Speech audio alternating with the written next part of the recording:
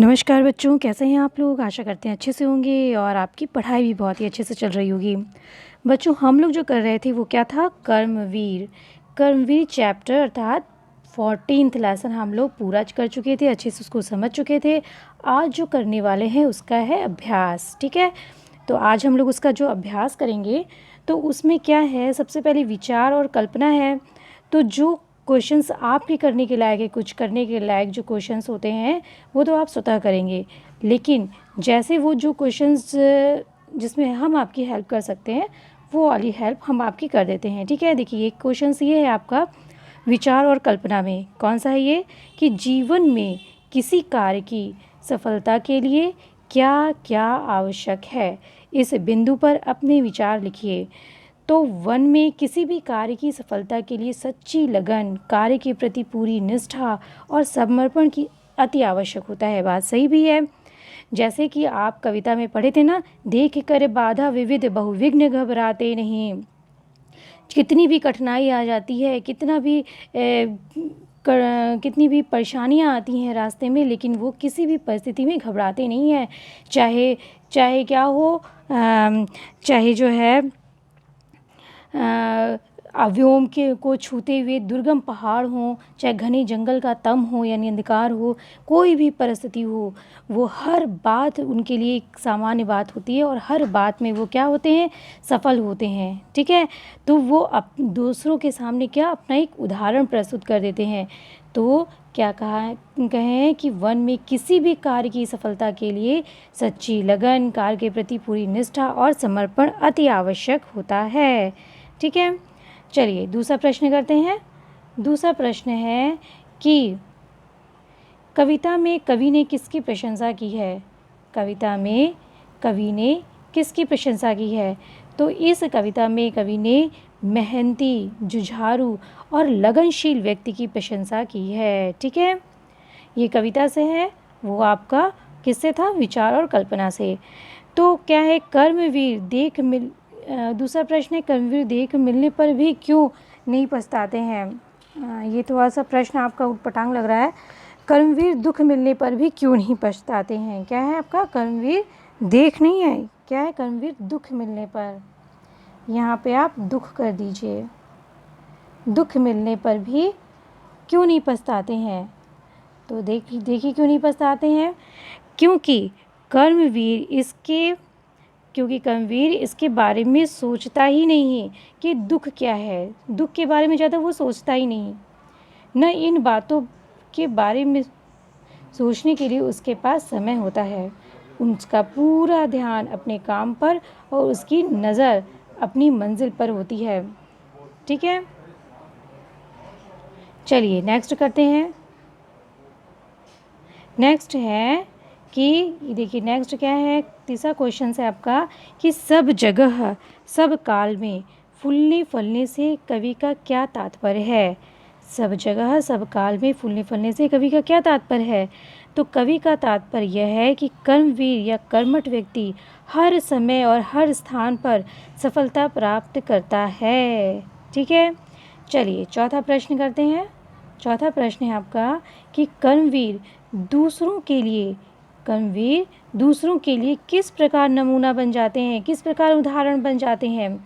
तो कर्मवीर व्यक्ति अपनी मेहनत और लगन और सफलता से औरों के लिए उदाहरण बन जाती है और कभी उसकी मिसाल देते हैं और सभी उसकी क्या करते हैं, मिसाल देते हैं। ठीक है, चलिए नेक्स्ट देखते हैं। नेक्स्ट क्या है, नेक्स्ट है आपका कि निम्नलिखित पंक्तियों का आशय स्पष्ट कीजिए। आशय स्पष्ट करना है आपको, रह भरोसे भाग्य के दुख भोग पछताते नहीं। इसका क्या करना है, आशय करना है। आशय में आप क्या लिखेंगे, यहाँ उत्तर के स्थान पे आप लिख सकते हैं आशय। ठीक है, उत्तर के स्थान पे क्या लिखेंगे, आशय। आशय स्पष्टीकरण, प्रस्तुत पंक्ति में कवि का आशय यह है कि कर्मवीर व्यक्ति भाग्य के भरोसे कभी नहीं बैठते और न ही कभी उन्हें दुख होता है और न ही वे कभी असफल होते हैं और न ही वे पछताते हैं। ठीक है, ठीक है, असफल होते हैं और न ही पछताते हैं। नेक्स्ट क्या है, नेक्स्ट है आपका कि काम करने की जगह बातें बनाते हैं नहीं। काम करने की जगह बातें बनाते हैं नहीं। इसका आशय स्पष्ट करना है तो इसका आशय क्या होगा? तो इसका आशय लिखेंगे, हाँ, और आशय लिख करके आशय स्पष्टीकरण ये पूरा लिख सकते हैं आप, ये पूरा लिखेंगे। फिर आशय में क्या है कि प्रस्तुत पंक्ति का आशय यह है कि कर्मवीर या कर्मठ व्यक्ति काम के समय कभी गप्पे नहीं करते हैं, अर्थात वे अपने कीमती समय को कभी व्यर्थ में नहीं गंवाता है। यहाँ पे थोड़ा सा ये सारी जो चीज़ें क्या हो जाती है ना कि जो है मिस्टेक हो जाती है, ये गूगल से है ना, तो वो बहुत कुछ गूगल में मिस्टेक रहता है स्पेलिंग, तो आप उसको सही कर लीजिए।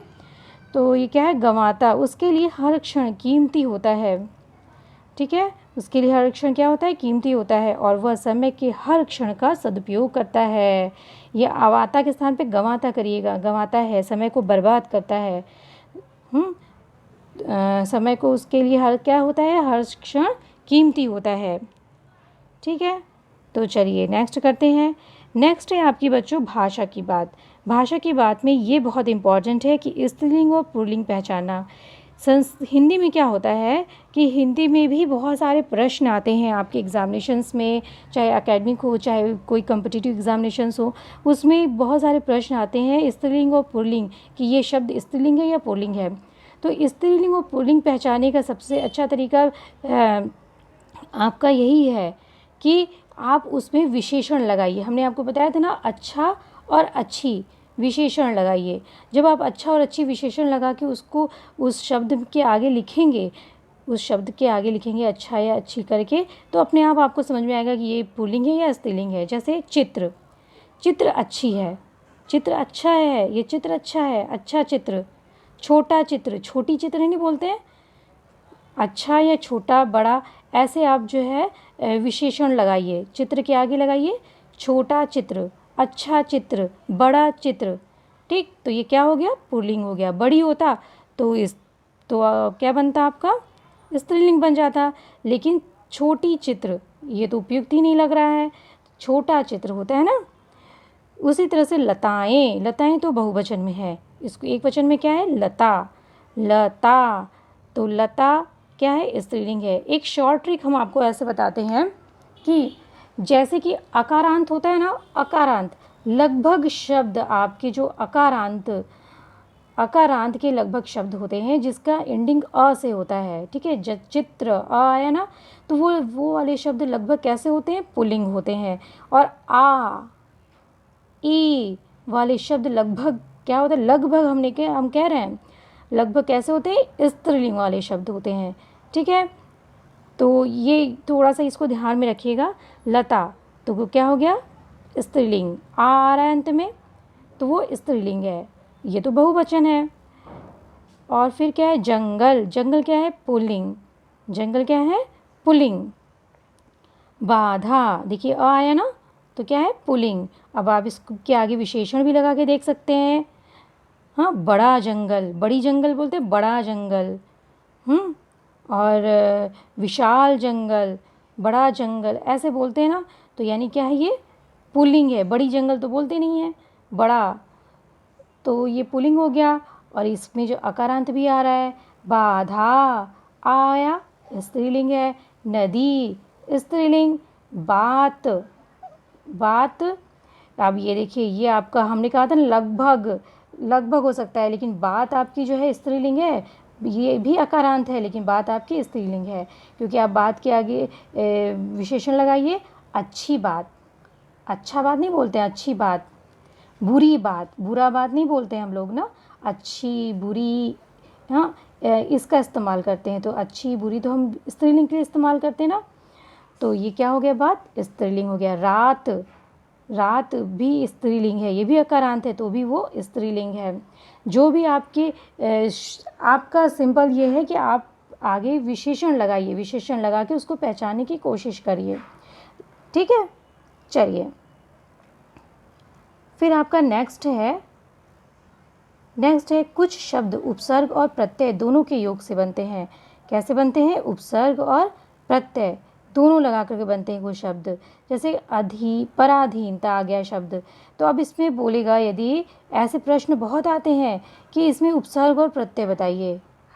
ठीक, तो पराधीनता, तो पराधीनता में क्या है, अधीन और ता, और ये जो क है ना इसको कट कर दीजिए। ये न जाने कहाँ से क आ गया है, आपको दिखाई पड़ रहा है ना कि क्या है, पर, ये पराधीनता, यहाँ पे क्या है, पर प्लस अधीनता, पराधीनता हो गया ना। ये पर धन अधीन, तो पर धन अधीन, दूसरे पर अधीन, दूसरे पर अधीन होना, दूसरे पर आश्रित होना बोलते हैं पराधीनता। तो पर आपका क्या हो गया, उपसर्ग हो गया, और ता प्रत्यय हो गया। उपसर्ग शब्द के आगे लगता है, उपसर्ग शब्द के आगे लगता है, और प्रत्यय जो है शब्द के पीछे लगता है। ठीक है, तो ये प्रत्यय है और ये उपसर्ग है। उसी तरह से ये सारे आपको बनाने हैं। चलिए शुरू करिए बनाना। संकल्पना, तो संकल्पना में सम उपसर्ग है, कल्प आपका शब्द है, और ना क्या है, प्रत्यय है। दुर्बलता, दुर उपसर्ग है, बल शब्द है, और ता क्या है, प्रत्यय है।